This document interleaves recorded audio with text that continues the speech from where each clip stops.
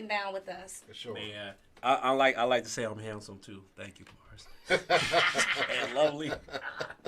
So to that part, just piggybacking on these two, I'd like to give a shout out to our sponsors. So those people who are in the building, we have Diverse City, Bronzeville Podcast, Moore's Beers, and Southside Radio Live. Yeah. And I'd like to also give a get well soon to Kingdom Rock. Absolutely. Shout out Kingdom Rock. Shout out to Kingdom Rock. Also like to say to Parquet, hold your head, brother. See you soon when you get back.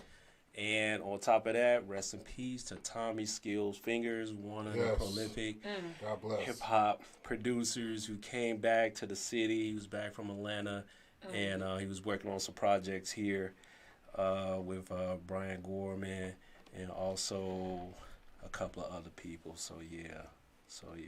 Yes. So, rest in peace. Love and power. So, to that part, back to you, Mars. Go ahead. Rest in peace, 45 King. Right, Mark the 45 King passed away today. Yeah, rest in peace to him too.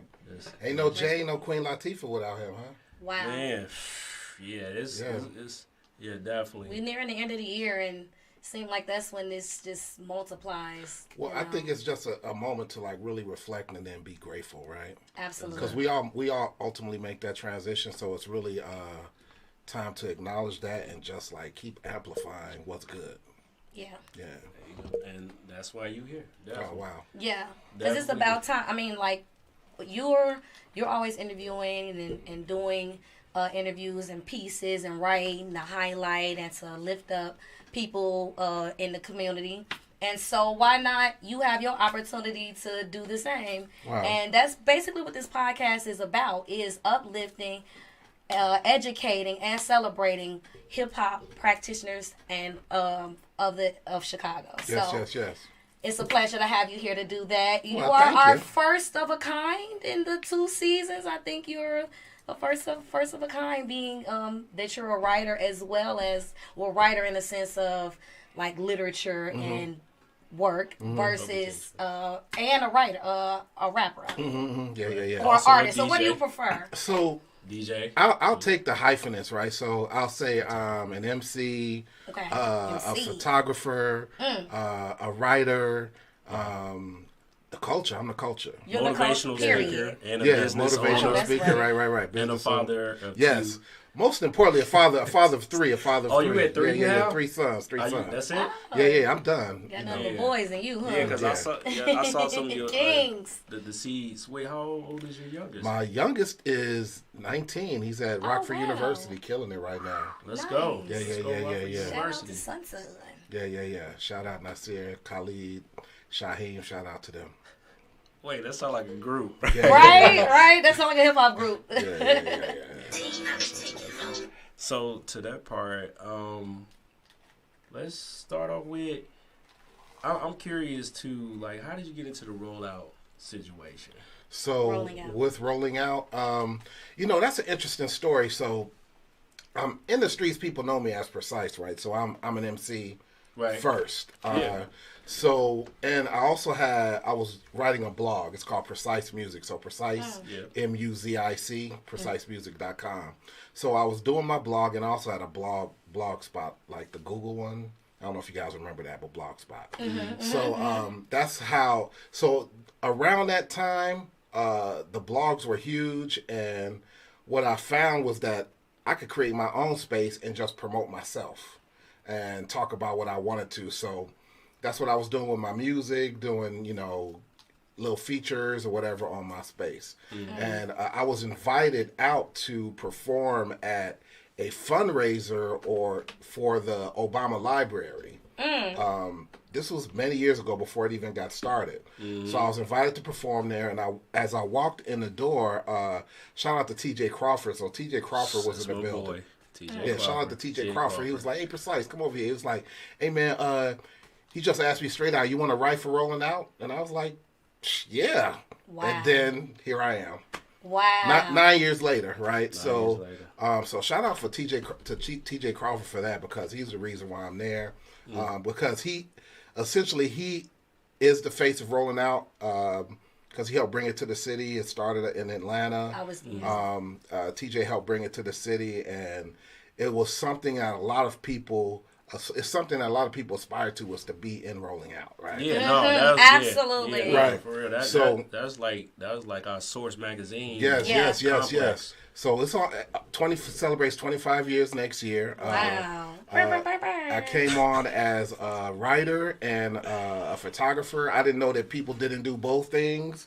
I've always had a camera, so for real, right. So it was just, if I'm going to be there, I'm going to take some pictures and I'll write about it too. So it was just something that I've been doing. And I just took on a new role at the top of the year as a brand straticist. So I'm an executive here for Rolling Out. So I'm sort of the Midwest liaison for the brand. So, so that's double-breasted. Yes.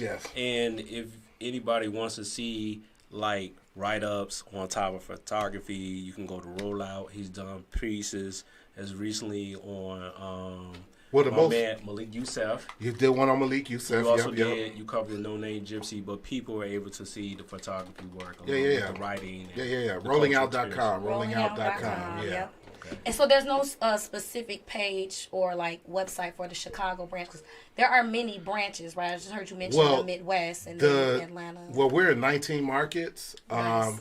But the platform itself is rollingout.com. Rollingout.com. And I know a lot of people are used to the physical publication, a print publication. Yes. We're not really doing as much print anymore.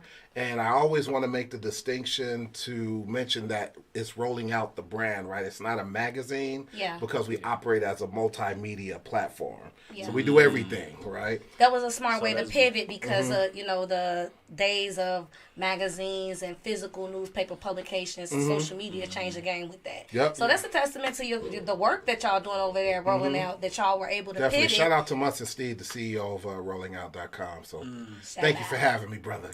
Man, no, thank you. Because you keeping us in the loop. Like, I didn't make Lollapalooza, so low key, I just jumped on your page, and I'm getting all caught up. You know what I'm saying? Yes, sir. So to that part, and you also have advocated for the Haitian community. So when I was doing some research, you had advocated for a Southside restaurant. Mm-hmm. Is it Lori? It's Leor's Cafe. Leor's. On 105th and Halsted. Right. So that's actually pretty, that's an exciting thing because, number one, if I wanted Haitian food in Chicago right now, there's a woman who may be cooking it out of her home, like on the southeast side. But if I wanted to go to a restaurant, I have to go to Evanston. Wow. I don't mind that drive, but that's a long drive from the Hunters, right? Yeah. No. So I'm in the Hunters. So, and then the type of restaurant that it is, it's not a walk. It's not a restaurant you walk in and you got to talk to somebody behind some bulletproof glass, right? It's an actual sit down restaurant. It's beautiful. Yep. The artwork is beautiful and the food is amazing. Yeah. So shout out to Jean-Claude Aurel for his vision. To bring that type of establishment to the south side of Chicago. Nice. And what I hope it does is that it sparks more like that, because our communities deserve that just like everybody else, right? Yeah. I shouldn't have to go to the West Loop to have something walkable or some good food in my community other than fried foods or pizza, right? Yeah. So definitely. So not that I have anything against that, but we need more. We need choices, and we deserve it. And our first guest for the second season, Static, actually did pieces on the wall. Rodman Static, he did. Definitely. Killed Jean-Claude. He has Dusable on the wall, right? Jean-Baptiste Point Dusable, the founder of Chicago. Yes. Jean-Jacques Dessalines and Toussaint Louverture and some young ladies. I can't remember everyone's name, but the piece is amazing.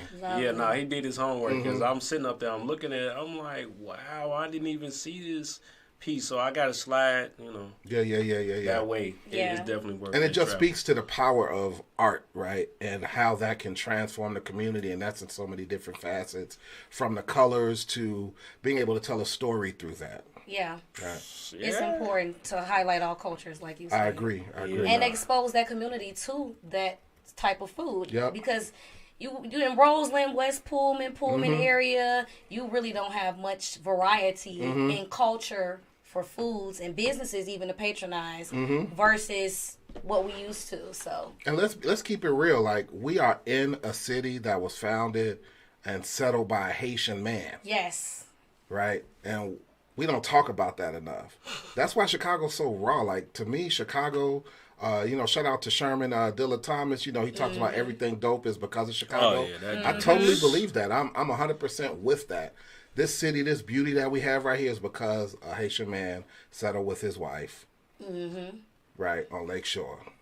So to that point, when you were talking about Haitian people are human, and you had that conversation on the coalition of the Haitian American Organization in Chicago, that was dope, man. That was dope because what I liked about that piece where you're downtown, you're advocating for Haitians, and you're talking about situations that's going on, is that same fire you have on stage, you actually hit it there. When you were doing the speech. It is, and even to be more specific, that was around the time, I think that was just towards the end of the pandemic, and there were Haitian, it's interesting because especially about this time we're in right now, but there were Haitian migrants that were coming up on the borders of Texas who were being chased down by men on horses with whips, right? And it was just inhumane. And it was white supremacy in your face, right? Right now, so we had to speak to that. That organization actually, they actually created that specific protest, and I appreciate them for that, and I appreciate them for giving me a space to say something about that because, one of the things that, when we're talking about this situation right now, because we have a situation in Chicago right now with the migrants, absolutely. Right? So, and when we think about these migrants, we're thinking about Venezuelans, right? Yeah. But those aren't the only migrants that are coming here. There are groups of Haitian migrants that are coming up here. There are migrants from all over the world who are coming here. A lot of this is happening because it's politically driven. Yes. But ultimately, these are real life people with families coming up here. Yeah. And this is something that we need to acknowledge and do something that is going to be positive for everyone involved. Yeah, and for the communities so that it can be a nice changeover and a meshing of the community. Definitely. I couldn't imagine coming to a country for a better life. I don't speak the language. I don't really know how to communicate other than through music, and then receiving a lot of backlash. So the organizations like what you work. Were you involved with the naming of the Lakeshore Drive? I was not. No. Shout out to Ephraim Martin and Alderman David Moore and Sophia King. Absolutely. Those are the individuals that came together and did that. Because think about it, I mentioned that this is the gentleman that founded our city. Yeah. And essentially before that, there was a small bust on. This is the guy who founded the city. There was a bust on the bridge on Michigan Avenue. There should be something that is. I still don't feel like. I feel like the fact that it's called DuSable Lakeshore Drive. I still feel a way about that. Yeah, right? Yeah. We already know it's a lake there, right? Right. This is DuSable Drive. It's like redundant. Lakeshore Drive. Right. I know it's a lake there. Yeah. This is DuSable Drive. Right. Just make it that. But whatever. But I had no part in making that happen. Shout out to the individuals that I named before. They did that, and it's just a testament to shows that what we can really do when we come together. Absolutely. So, with you put forth the effort to be a motivational speaker, like be an advocate in the community for the Black community, and then Haitians, and et cetera, et cetera, et cetera. How is that reflected in some of your past music? Because when I doing my homework, you made a comment where it's like once you hit the stage, you give people all you got. It's the crowd's responsibility to give you nothing, right? But then you went on to say it's your responsibility as an artist, as an entertainer, to provide for something they love and can remember. And that was when you was on the Vanguard, Point City, 2020, 2013. So to that part, like... So, yeah, I think... So, I really believe in the power of music and what it can do, right? I believe that our words have power, and I believe that we should be extremely intentional about what we say, how we say it, and what we're delivering to the people. So, with respect to the music that I create, one of my biggest songs is called It's On Me, right? And so that's what people know me for. Like, if somebody asks you about Precise, that's the song that they know. So It's On Me is really a song where it's about being responsible, right? Because ultimately, you know, you can blame everybody and anybody for your problems, but ultimately the buck stops with you, and it's on you to make that change. So it really comes down to understanding that. And I say, well, if I have the ability, since God has blessed me with the ability to use words to communicate any type of message, I need to communicate a message that is going to edify and something that is going to uplift and add value to the culture. Got it. Thanks. So with that being said, when you did that project, It's On Me, was that Shout out to Ty Hill, he produced it. Yeah. He produced, helped you, you co-produced the Ladies Love. Ladies Love your last project and Thunder. DJ Thunder, DJ Thunder, yeah. So that was all three of them coming together as a collective. So when you did that, It's On the joint, It's On Me. With that all being said, like, was that the true intentions, just to push that message? Like, what else did you do to push that narrative? I know you dropped music. I know you also followed up with a video, but was there like any other like things you did to kind of push that narrative?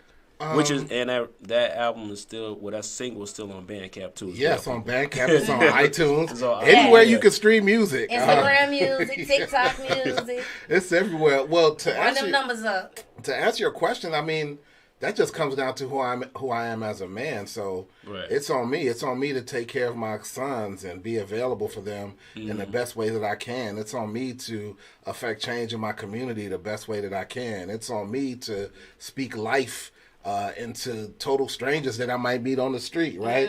Because we have that ability. You know, a word we can share with somebody in passing can totally change their days. Absolutely. And I don't take that for granted. So that's your motto and your mantra as a man. My motto is to stay focused, positive, and productive. That's my motto. Oh, let's go. Yeah. So love it. So was that the whole concept around New Birth? You know, when you were in a group, so or was it something different in there? So New Birth is the group that I was in with Chris Ideal Rice, rest in peace to Chris, and Creole, the individual Moore. That's Dr. Victor Creole, the individual Moore. He's now a doctor. Shout out to my brother. He just got engaged. Congratulations, brother. Congrats. So, you know, I formed a group with, because I started off as a solo artist. Correct. Yeah. And my name, I was a DJ first. Right. I started off with the name Steel. I don't know if y'all ever watch Juice. But that was the DJ name in Juice. Yeah. So I took that name. It didn't stick, but it's okay. That's why I stole that name. Yeah. I borrowed that name. Okay, right. I mean, it's steel. You know, wheels of steel. Like that. Yeah. But so I did that, and it's funny because back then the equipment that you would have, and I'm being a nerd right now. If you had Technique 1200s, you were the man, but I didn't have Techniques. You had Geminis, bro. My boy John Evans, he had just bought some new Techniques, and he used to spend with one Gemini and one Panasonic, and a Radio Shack mixer. And so he gave me that, and that's what I learned to spin on. I was really good, you know. Scrappy. Yeah, we're in the city. House music is where I'm from, right? So, yeah. Okay, I got you. This is where I'm from. So I learned how to spin house music. Then I learned how to spin rap, and then I decided I wanted to rap. And it's interesting because we shouted out DJ the 45 King. He just passed. One of the first talent shows, and I'm showing my age right now. One of the first shows that I did as a solo artist was at this club. It was called Club O, or Club Ultimate. Your producer's laughing at me. Right. It's Club O, a Club Ultimate in Harvey, Illinois. You was at Harvey? I was at Harvey. I was Club O was still in Harvey for a long time. They just closed. I think it was Club O. Wow. But the track I did my verse to a track that DJ the 45 King did for Latif. It was on the B side. The track was amazing. My performance was horrible. But then first one. It was one of my first ones. But Growing Pains. But what happened was I was doing more, and then I did a talent show at Olive Harvey College. I don't know if you guys are familiar with City College. Of course. I was going to school there, and I did. And I was in a talent show, and the judges were Armando. He was a house DJ. There was another individual, and Terry Hunter. I read that. A prolific producer. Yes. Yeah. He is house. synonymous to Grammy house nominated music. producer. Don't sleep. He did the remix to "Break My Soul" by Beyonce. Shout out to Terry Hunter. He Yeah, sure shout out to did. Yeah. Shout out to Terry One of Hunter. Chicago's own. Yeah, he's a I legend. know that's right. So I was in that contest and came in second, and that's where at that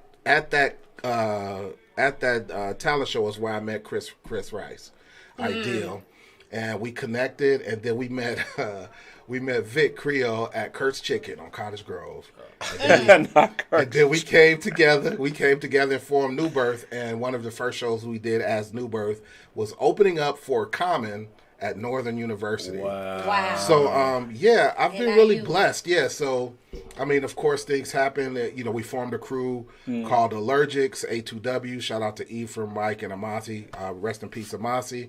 And, we did some tours, did some performances here and there, and, life happens. Yeah. We become adults, and everybody kind of went their own way, and I decided to go solo. Except I got married first, was married for like 7 years, and then when I resurfaced, that's when I came back with my music. What was it like touring? What was your favorite part of touring, I would say? Performing is always the best part, touring the city or even going to different states. It's not as fun and glamorous as people make it sound, because you're in an automobile going from city to city, right? It's not a fun thing, but it's always fun to get on stage and perform for like frat boys and stuff like that. Yeah. Right. Real quick, I want to go back to Rolling Out magazine. So as I was looking, like the list of people you've encountered and interviewed with Rolling Out, Rolling Out is endless. Tell me your favorite interview or your most memorable, and then I would also like to know maybe your most difficult. My favorite interview was with Snoop Dogg. Ooh, he was here in Chicago? Yeah, he was here in Chicago. He had a play.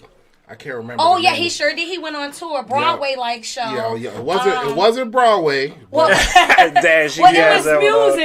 was music. I did not know this. Yeah, he remixed a lot of gospel music, and he put the gospel music over hip hop tracks. And it was his story. Clark Sisters. No, and he had Tamar Braxton on tour with him. He had that album, but this was an actual play he did. Oh, this was before that. No, all of this was happening around the same time. So he released the gospel album, but he did a play. A play, That was loosely based on his life. Wow. Yep. Yeah. So we were.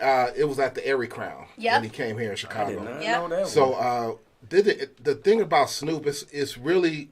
It's a testament to why he's been around so long, because there's nothing phony about him, right? He is who he is.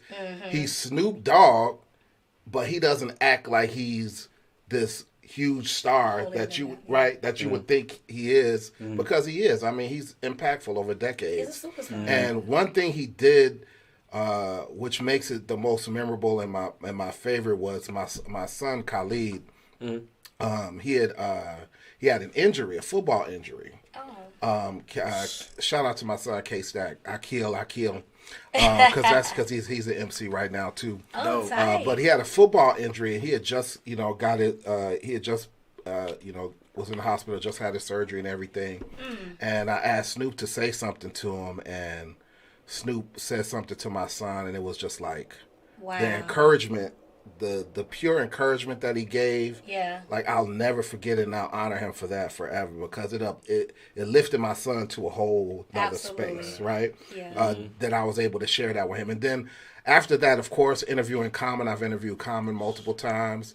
Did he remember the moment when you opened up for him? I never asked him that. Okay. I didn't want to fan out. No, I never asked him that.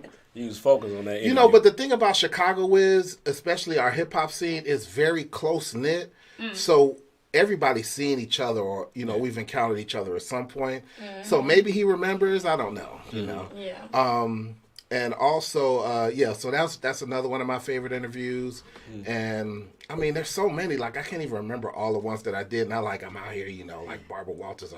Hey, Charlemagne the God. You ain't far behind. But I've interviewed so many people. I mean, but those are my most memorable ones. I don't know if I have any that were difficult. I don't want to say the artist's name, but he came from a specific camp, and I remember I was outside. I was at a Drake show. This is when Drake and Future was touring, and it was one of Future's artists. It was a Future's artist. I won't say his name because I don't want to blow up his spot like that. Yeah. But I remember doing the interview, and he was just giving me one-word answers. Oh. But I remember, but that was more on me. So we're going back to It's On Me, right? Yeah. So that was more on me because of the way I was framing the questions, right? So just as a shout out to anybody who's doing interviews, you always want to make sure that you give room for the individual to speak and create questions, open-ended questions that allow that individual to speak. So what I wanted to add, so to that part, what I wanted to ask you was, as an artist, are there particular like BPMs that you prefer when you write? I just want my creative process is different, so I never really wrote to tracks that much. I would write rhymes as if I was writing poetry. So It's On Me was written before I got the track from Ty. And but I sharpened it with Ty. Dope. So I sharpened it with Ty. So a lot of times I'll write a verse that'll be dope, and then, whatever beat is dope with it, I'll roll with it right there. That's definitely the magic, and definitely working with Ty Hill, true professional, and nothing like being in the studio with somebody who can actually be like, yo, articulate like this. Yeah, for sure. Is dope right there. That's a real producer. Ty's a real producer. That's a real like producer. A real producer. Yeah, when they know what to sound good. To the point you seen him in the studio with Shauna. You know what I'm saying? She infamous for the 2 mics. So I was sitting up here like watching the video footage like, yo. Yeah, he's a real deal. Right, yeah, definitely. No, definitely in low key. Definitely trying to get Ty Hill on the show. Yeah. You heard that, Ty. Yeah, and then he working with Vice, and Vice came on the show. Yep. Shout out to Vice. Yeah, shout out to Vice. Shout out to Drunk Uncle. Yeah, right. The Drunk Uncles, Tony Baines, and all. And did you, low key, high key, did you hear Ty Hill when he did a remix of one of Tribe's songs? I don't even know if you heard. I've heard everything. I've heard everything Ty's done. Yeah. Oh, you been privileged like that? Yeah. That's what's up. Mostly, yeah. Mostly, probably not any of the newer stuff, but like most likely I've heard it. Yeah. Man, that's dope. Yeah. So he was spitting, and I'm like, wait, that ain't Vice. I'm like, wait a minute, I think that's actually Ty Hill. Yeah. Chicago's dope, bro. Yeah, no, definitely. Multifaceted, Don't sleep. Don't sleep. And are there any artists that you following right now on the hip hop? Yeah. I mean, who do I like? Oh, well, don't get me started. So the first half of 2023 was like, I'm like, I didn't know what was happening. Right. And then Osar dropped his album. Osar is amazing. Yeah, definitely. Osar, definitely. You got to get that album. I now know, I think it's the name of the album. Right. Shout out to Osar. And then No Name dropped her album. Love her. Definitely. Love her. Yo, I'm here to big up Chicago. I haven't heard. That's what. Yeah. I'm not gonna lie. Top 5 Chicago. I have not heard her album yet, but I'm working on that because right now I'm listening to Heavy Crowns. I'm about to go through Vic Spencer's piece, but back to the No Name. Yo, No Name. Yeah. Go listen to that album. Okay. 2 of the best verses of the year are on her album. Okay. Nice. Of course, Nas' album is amazing. Okay. It's not Chicago, but and it's not Chicago. And I'm just saying who I'm tapped into. Yeah. And another guy who's not Chicago, Larry June. Love Larry. Yo, that album right there is like, it's low key an inspirational album. Everybody be talking about Buddy, but I don't listen to him. But I gotta. He on the to-do list. It's inspirational. It is. How? A pick me up. If you want to listen to some good music without, like, music beats wise, and you want a little words that's gonna motivate you and pump you up. So it's something about Larry Jones. I'm here again to hype up Chicago, but our cousins in Detroit, they got something there. And like again, like even when I mentioned on that album, he does a song with Big Sean. Love that song. Called Palisades. Yes. Wait, Larry Jones. On my playlist right now. No, Larry Jones from Detroit. I think. He's from Detroit? Yeah. So Man, Detroit got James, something in the water. So he did this song called Palisades with Big Sean. Big Sean got one of the verses of the year on there. Yes. So that's what I'm listening to. And I listen to some other stuff too. But yeah, that's what's been in rotation.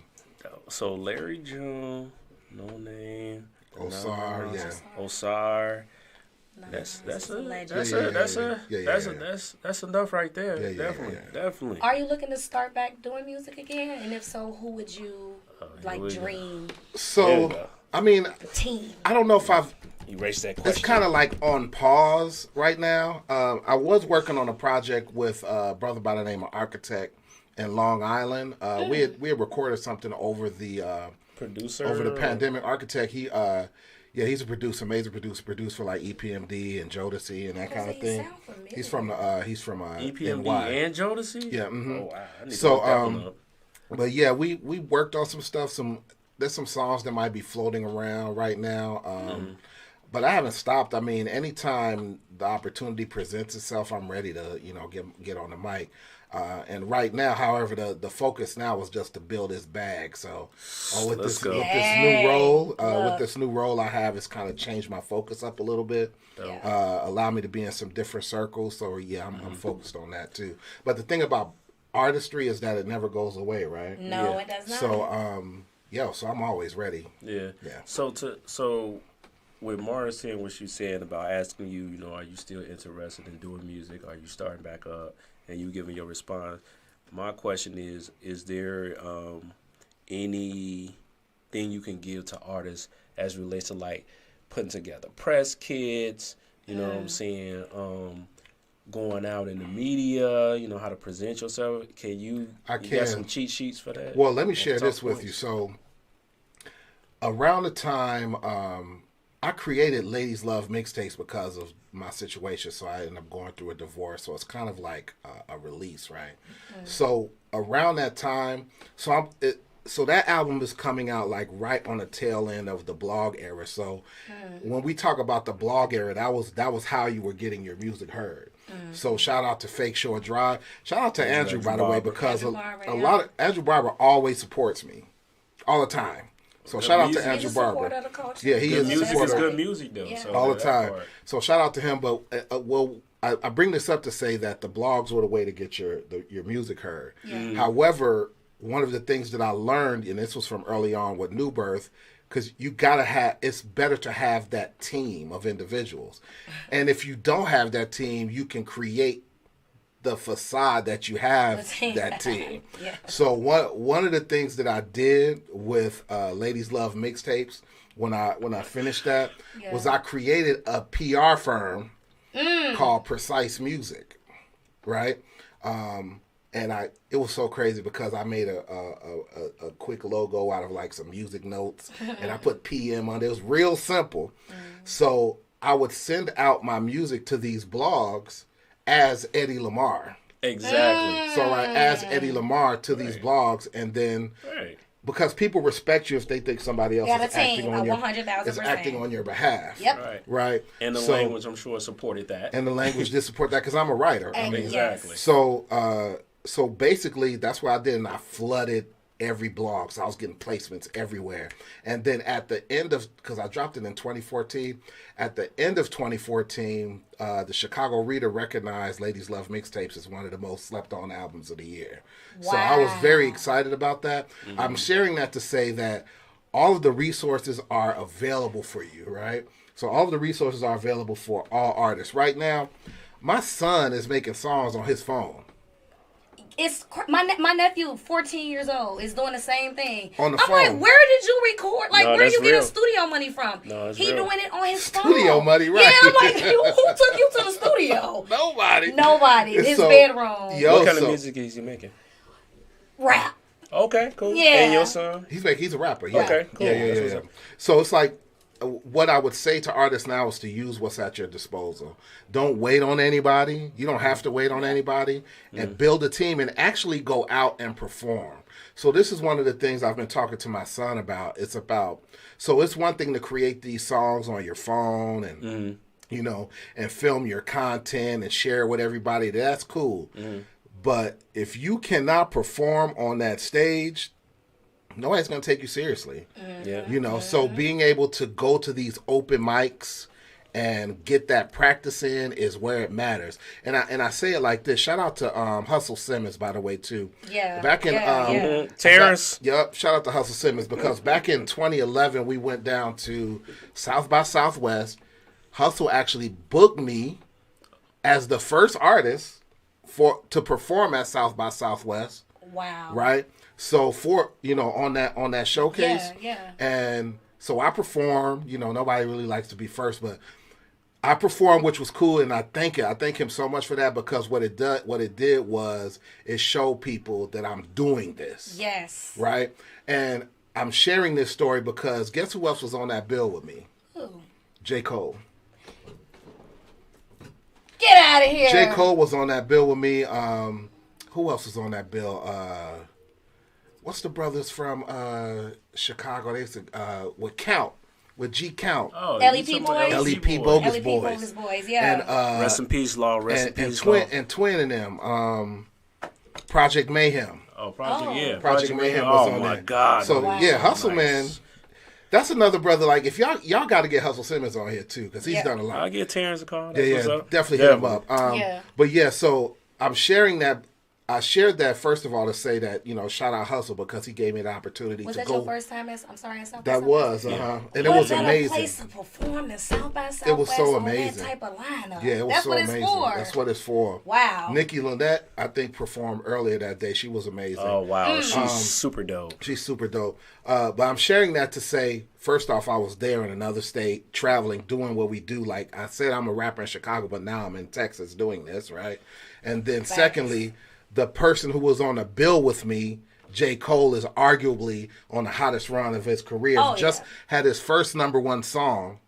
This was in 2011 when this happened, and now look where he is now. Yeah. And even to go back a little bit further, I did a showcase. It was called The Collab. Shout out to Mary Datcher.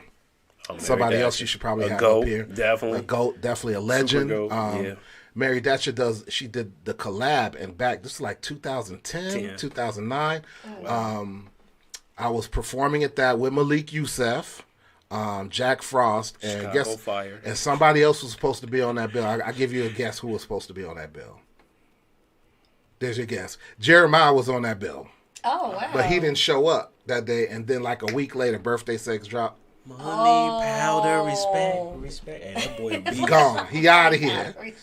So yeah. Chicago does it, man. Chicago does it. Yeah. We definitely do. Yeah, and another prolific writer who just dropped some heat, Josh K. He just dropped some heat. Yo, Josh K got a song called "I'll Take Your Girls." It's something like that. It's ridiculous. I saw they did a performance during the pandemic at a drive-in performance in like the parking lot of Soldier Field. Probably one of the dopest shows I've been to. Like Lloyd was there, Valentine, K. No, not K Valentine. Bobby Valentine. Valentino. Bobby Valentino. Yeah. And one of the brothers, Pleasure P. That brother, that was a sexy group. Yeah, it was dope. And that was during the pandemic. But yeah, Josh K performed there, and it was pretty dope. So shout out to Josh K too. Yeah, shout out to Josh K. Shout out to Reno Cash. Shout out to KGB over there. Yeah, they doing some. Yeah, they doing some heat. He just had a release. What was that? Life of Lifing. So yeah, definitely. Just at the on Michigan. Yep. Yeah, I was at work. That's why I didn't make it, Reno. So apologies on it. But so when it comes to producing, because I know on your Ladies Love mixtapes too, you're listed as one of the producers. And when you say as a producer, are you contributing to the beats, like the musical production as well, or is it song composition? So all of the above. All of the above. Okay. So, but there are a few tracks on there that I produce. I can't remember which ones right now, but like 2 of them I actually produce. Hey. As a DJ, you kind of get that muscle memory, right? So it gives you that idea, and even with New Birth, there were songs that I helped produce there. Right. So I like the idea of digging and finding music and putting it together like a puzzle and create something. Yeah. So yeah, and and being able to put that together and create something great, to me, that's awesome. So to Mara's question, where do you go to beat dig at? So have you been to Miyagi's yet? Well, let me tell you this. So when I did, when I was with New Birth, the way that we made our tracks is I went to Carter G. Woodson Library. Oh, right. You and had my library card and took out some albums. I think I brought those back, so don't hold me back to the statute of limitations. Yeah, but we did a song called the CHICAGO, and I remember one of the albums we used was a jazz group called Kluk's Clique. And but yeah, we just went digging, and then I would just go to Dr. Wax and Hyde Park, the old Hyde Park, and just go digging and getting albums that way, or finding stuff now. You can just go online and YouTube and snatch stuff. But yeah, digging for me was going to the record stores, listening, and just picking out pieces. Yeah, Toby Nimble got a record store too. Oh no, I didn't know that. Shout out to Toby Nimble. Yeah. Contemporary something, but yeah, another spot to be dig, and he sell furniture and a lot of different trinkets. Word. So yeah, super dope. So yeah, with all that being said, but so to your points for artists, you recommend putting forth the effort to perform, using the tools, putting together a press kit. Mars brought up being you had the opportunity to actually now record on your phone, and anything else. Man, be yourself. Be authentically yourself. One artist I forgot to mention was Zach Fox. He's not from Chicago. Okay. But do you watch Abbott Elementary? You ever watch that? Yeah. So remember, Emmy Award winning. Tariq, Quinta's boyfriend on Abbott Elementary? Right. He's a rapper. No. Do the knowledge, Zach Fox. And first of all, he's hilarious on Abbott Elementary and in his music. Okay. So, and the reason why I bring his name up is because he's being exactly who he is. And that can take you further than sounding or being like anybody else. Facts. I feel like that's a layup right there. Yeah, I feel like that's what I would share with all artists. And that's in every genre, whatever medium you're using, just everything. Be who you are, because God has blessed us with who we are, right? Yes. And so we're here to accomplish specific things as we are, not as anyone else. Yep. Be who you are, and that's going to take you exactly where you need to be. Okay. It's only one you. The only one. It's only one. So on that part, any last words, last questions? I wanted to bring up the event that Rolling Out is doing at the Gwen Hotel. Yes. That I'm going to have to give me a sponsor so I can attend. But I think it's an amazingly fabulous event. Go ahead and announce it. Sisters with Superpowers. So it's October 26th. It's a ticketed event. It's worth the ticket. I'm more than certain of it.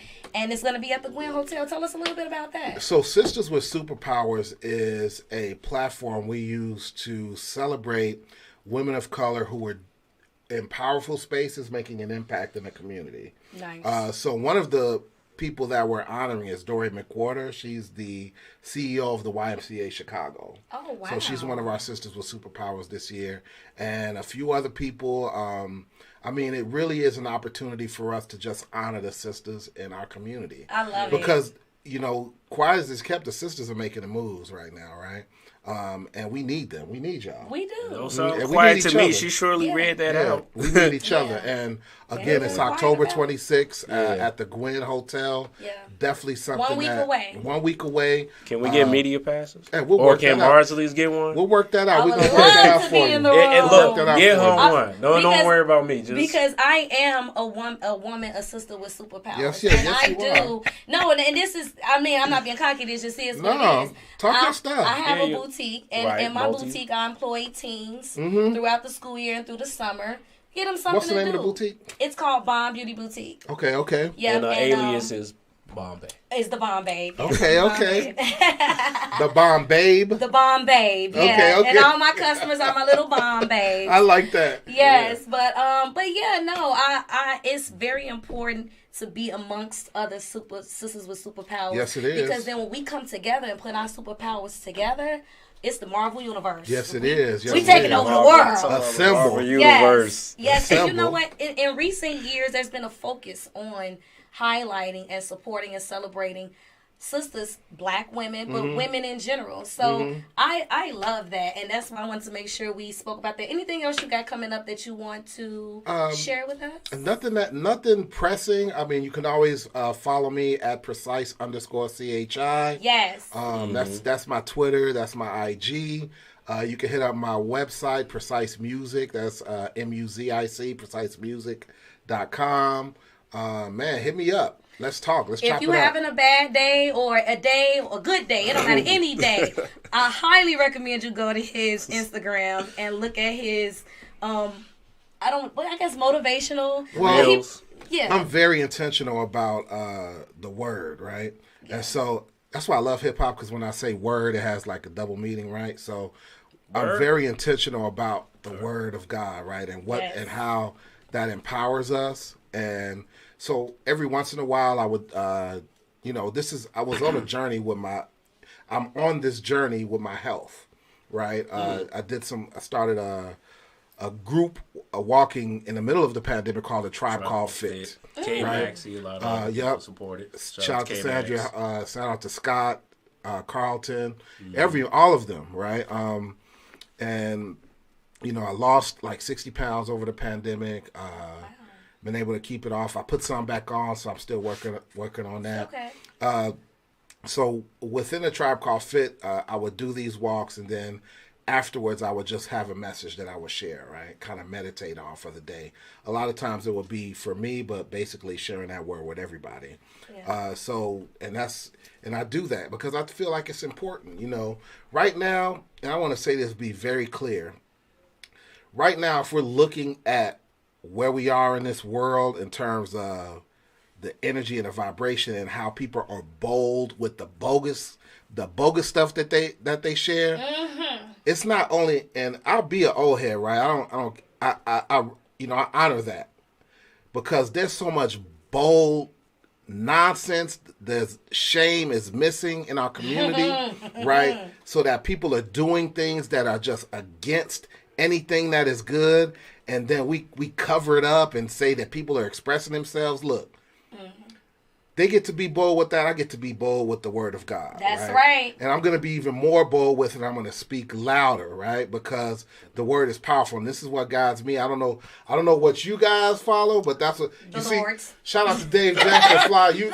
You see who my squad is, right? My squad is at the Last Supper. Jesus right? gang. Shout out to I know that's right. Gang. This is my squad. So love it. That's who I'm rolling with. And so I share those words of encouragement for myself and for anybody else who wants to tap in with that. Love it. Continue to be a beacon of light. Thank you. So to that part, can you give a shout out again to your or a plug for your location on cyberspace? Oh yeah, at precise_CHI for Twitter and Instagram. Again, you can find me Eddy Lamarre on Facebook. Yes, that's EDDYLAMARRE on Facebook. I also have a Facebook fan page that's Precise. Okay, and I did not know that. Right. I feel like you're gonna find me if you Google Eddy Precise Lamarre. You're gonna find. You're gonna find them. Many of things. Yeah. You're gonna find a lot of things. Many of things. So I've been really fortunate. And I thank God for everything, and I really thank you guys for inviting me up. No, thank you for real. So to that part, and I appreciate shout out to June because he actually was like, "Yo, you gotta bring him on." Yada yada yada. Yeah, shout out to June. GQ. Thank you. He was like, "Yo, you gotta bring him on." Like GQ, a lot of legend. people just throwing you up. I'm like, all right, you got to follow the roadmap. Forget it. Thank you. But we just want to say thank you for coming out. Absolutely. Thank you, brother. Again, for the pre-interview, this interview. Right now, we're going to have a prolific performer, DJ, producer by the name of Stepchild. If you haven't seen him at the Shooper Tavern, or if you haven't seen him at the Silver Room Blogger Party, you can listen to his music on Freddie Old Soul's new project that she had dropped. So with that being said, we're going to give it up for the brother Stepchild, who will be performing for us. Shout out to Freddie Old Soul. Yes, shout out to Freddie Old Soul, the lyrical heart, correct? Yeah. Yeah, definitely, yeah. All right, we out. Black people around the world must understand that Haiti is at the forefront once again when it comes to the freedom of our people. When we actually use history as a guiding light, It is clear that black people's suffering around the world is the business of all black people.